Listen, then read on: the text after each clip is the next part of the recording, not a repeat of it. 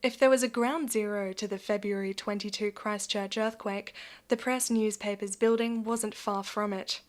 The Press editorial staff always knew they would report the earthquake, but with their building in ruins and some colleagues injured or trapped, there were no easy answers. Because you're making it up as you go, you just don't know what you're going into. It's not a circumstance that you can prepare for. There aren't any drills that I'm aware of for when your own city gets smashed by an earthquake.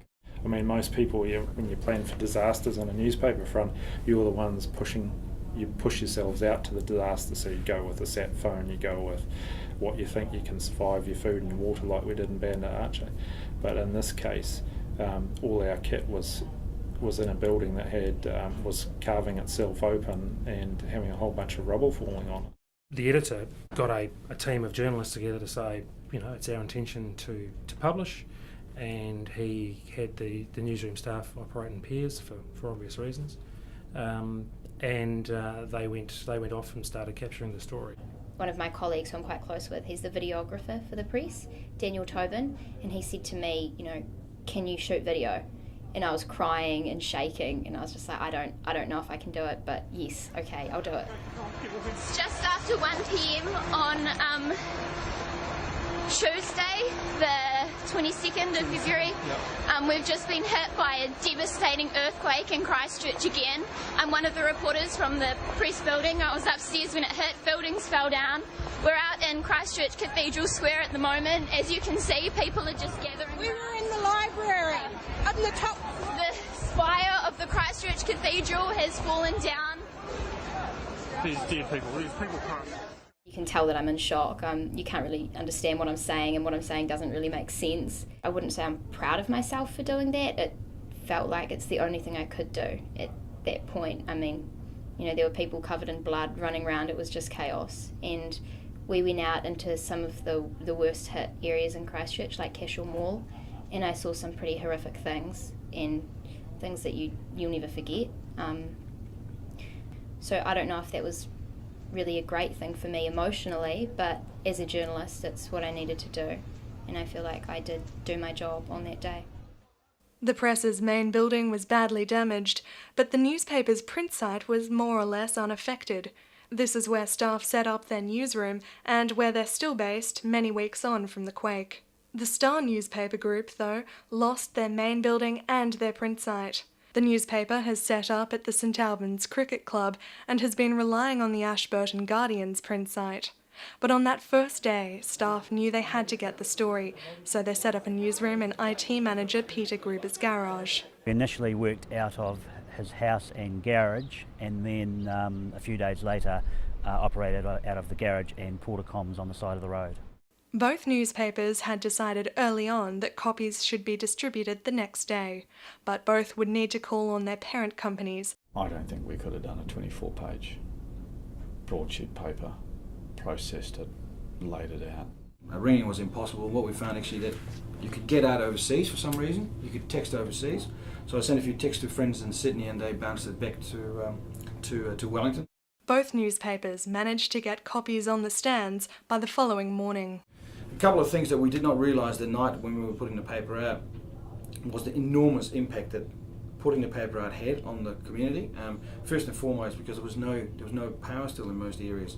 The only way people were getting information was actually in our paper. It was like back in the old days, back in 1880. When you want to find out what goes on in the other neighbourhood in town, you've got to get it through the paper. And secondly, probably more importantly, was the psychological impact, that everything was stuffed.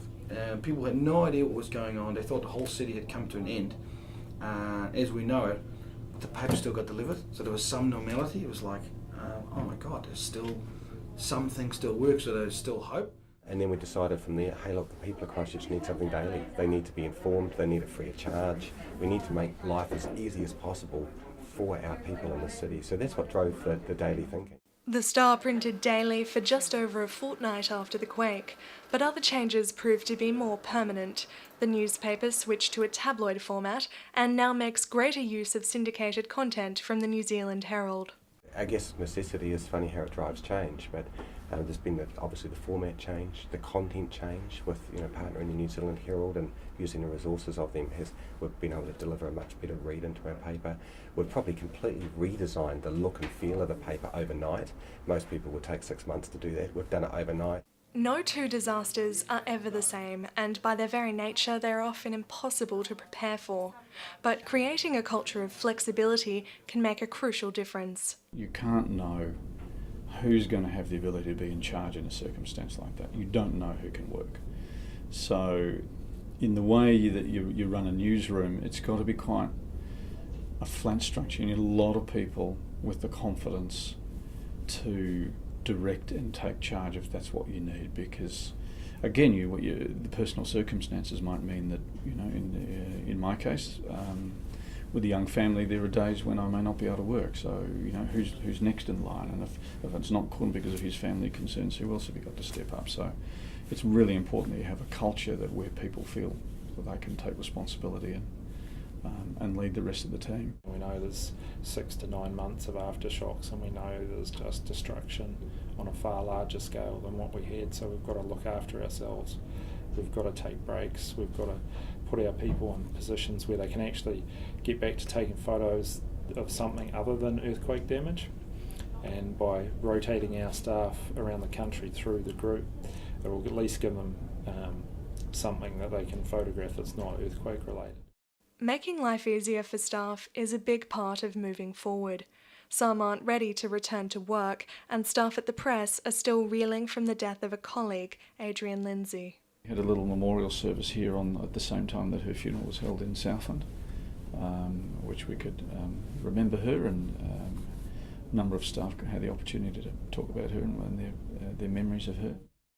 The trauma people that we had in there, they immediately recognised that the best support group that we've got is us.